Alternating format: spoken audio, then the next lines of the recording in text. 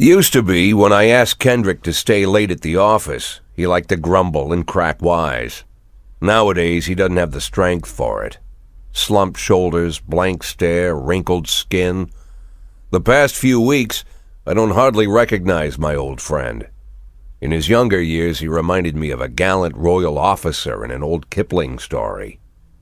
Kendrick isn't just crumbling under the weight of the public pressure, but from the shame of it all. Internal Affairs raided the library he inherited from his grandfather, hoping they'd find buckets of cash stashed in the pages. Heard about the look on his face, the fearless policeman standing helpless in horror. I've known Francis for 30 years. The past 20 years he's played loose with the law.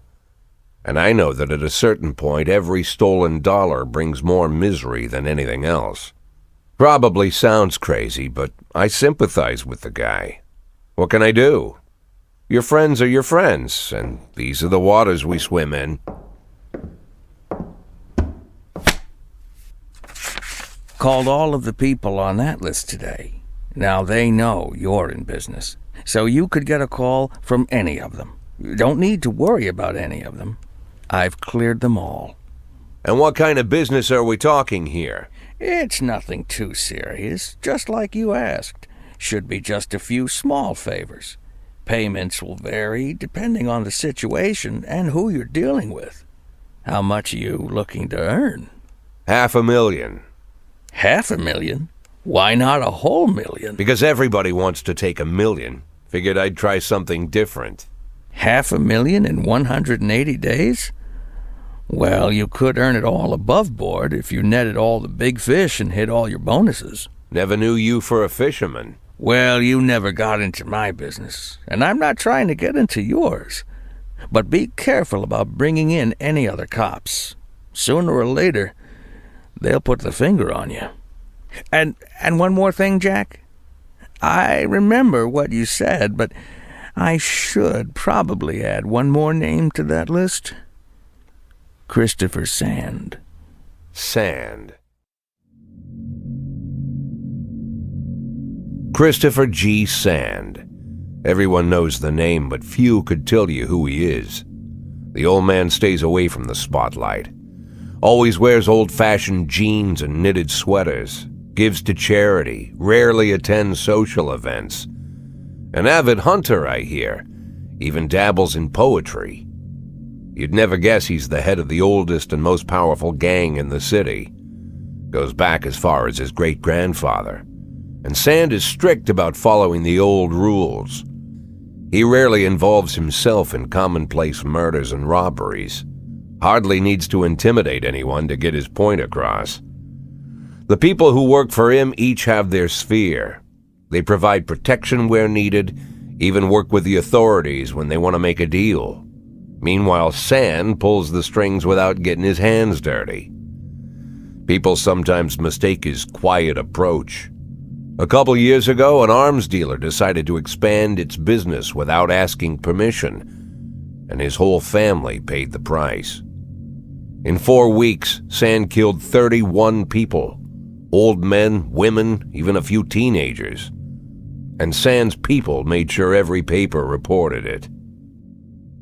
Frank, I don't want to hear you say that name again. Jack, please, listen to me. I'm in with these guys. We agreed, Frank. That's not the kind of business I'm into. I don't go there. Never have, never will.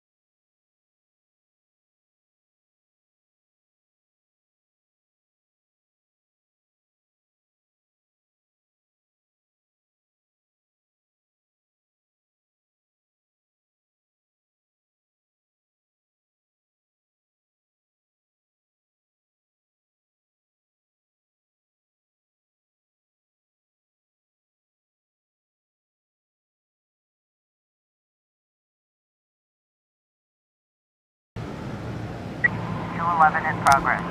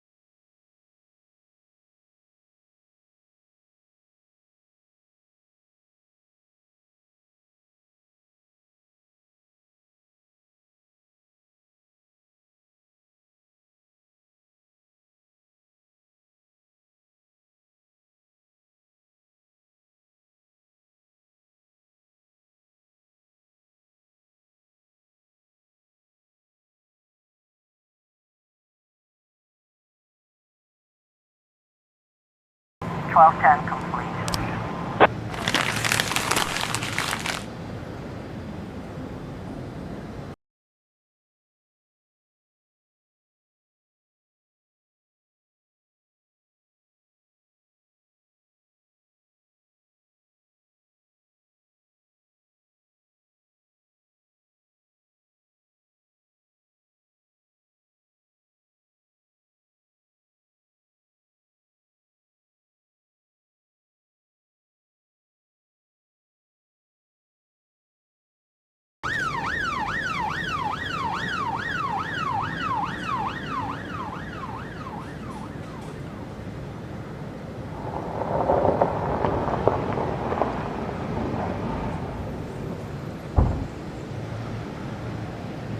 (1111B in progress).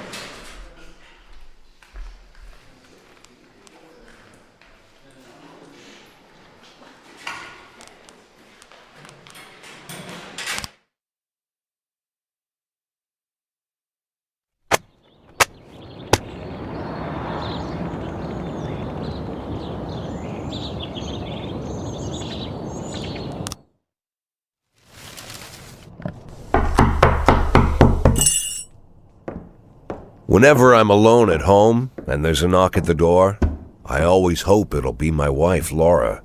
She's always forgetting her keys. Hello, my name is Steve, and you're Jack Boyd, is that right? To get to my front door, the Bible boys walked about a mile from the local bus stop, jumping over mud puddles and skirting a couple of landfills. Laura doesn't go in for religion either, but according to her, these brave lunatics with their fake smiles deserve at least a minute of attention. She patiently listens to them, asks them questions, regales them with pastries, and never once dropping a hint of condescension. When I watch her do it, I've got to admit it gets me. I'd have hugged those boys, sat with them on the porch and lit up a cigar. But a month after Laura left, all I could do was quietly ask them not to bother me. Today I'm a little rougher still. Shut the door on his nose this time. Another couple weeks at this rate and I'll be greeting anyone who comes close with my service pistol pointed towards the sky, ready to fire my warning shots. In my life, even the basic stuff never goes like it's supposed to. Normally, when a wife is going to leave home, she'll make a scene or at least sit everyone down for a serious conversation. But Laura just disappeared. The children in the stories always stand on the side of the mother, but all three of our sons supported me. The in-laws always blame the husband for making their daughter unhappy. But now Sally, Laura's mother, well, we sort of have a pact. The fellow Laura ran off with is young enough to be her son. I hear he's 30 years old. Of all the possible information a man can know about his wife's lover, I get hit with that. Fortunately, Laura's mother doesn't like the way it sounds either. Sally figures this guy just thought he'd have some fun with a mature woman, but he'll be back chasing college girls before the year is out. So we have an agreement. Sally's going to track down Laura and try to reason with her, and we'll arrange a meeting. Meanwhile, I'm supposed to not do anything stupid, which of course means anything at all. It's a crazy situation. I'm the police chief, and the person I'm trusting to find my wife is an old woman armed with a phone book. But I can't afford to lose Sally as an ally. So for the moment, I had to swallow my pride.